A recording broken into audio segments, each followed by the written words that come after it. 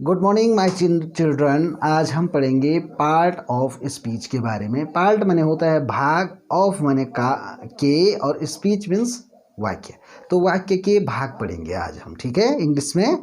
और यहाँ पर क्या होता है, वाक्य कैसे बनते हैं इस संबंध में थोड़ा जानते हैं।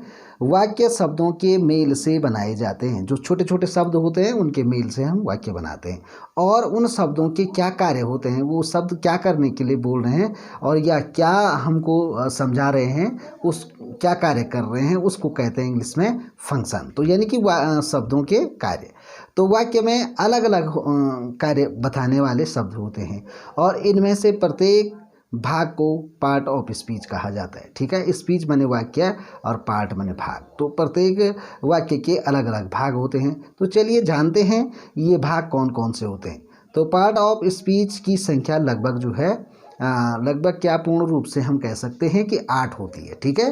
तो word are divided into various part of classes according to the function they do in a sentence. Each among them is called part of speech. The part of speech are 8 in number. यानी कि गिनती में जो है part of speech कितने होते हैं, 8 होते हैं। तो दे आर, ये हैं वो 8 पार्ट ऑफ स्पीच।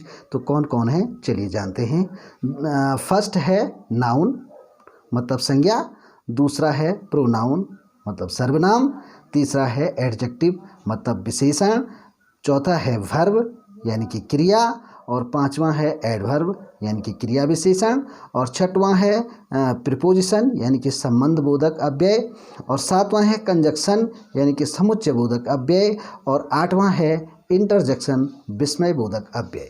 तो आगे हम इनकी विस्तृत जानकारी लेंगे और सूक्ष्म रूप से आप जान लीजिए। नाउन मतलब संज्ञा, जैसे किसी वस्तु स्थान प्राणियों के जो नाम होते हैं, और प्रोनाउन इनके स्थान पर हम जिस वर्ड का प्रयोग करते हैं उसे हम सर्वनाम कहते हैं।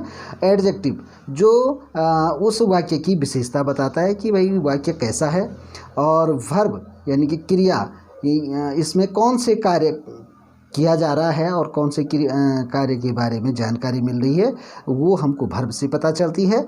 और एडवर्ब का मतलब होता है जो उस कार्य की विशेषता बताता है, ठीक है।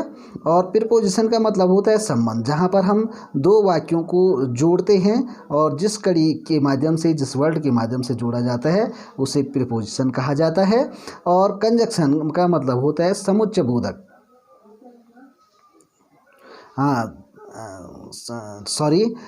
प्रीपोजिशन का मतलब होता है संबंध बोधक, यानी कि इस वाक्य का किससे संबंध है और किसके बारे में ये बता रहा है, ये प्रीपोजिशन का होता है, ठीक है। और कंजक्शन का मतलब होता है जोड़ना। तो जो दो वाक्यों को जोड़ता है उसको कंजक्शन कहा जाता है। और इंटरजेक्शन का मतलब होता है वाक्य का भाव क्या है, इसमें कोई विस्मय हो रहा है या इसमें कोई खुशी हो रही है, कौन सा भाव इस वाक्य से प्राप्त हो रहा है, इसकी जानकारी हमें इंटरजेक्शन से होती है। तो इन पार्ट ऑफ स्पीच जो 8 हैं इनके बारे में हम अगली क्लास में पढ़ेंगे।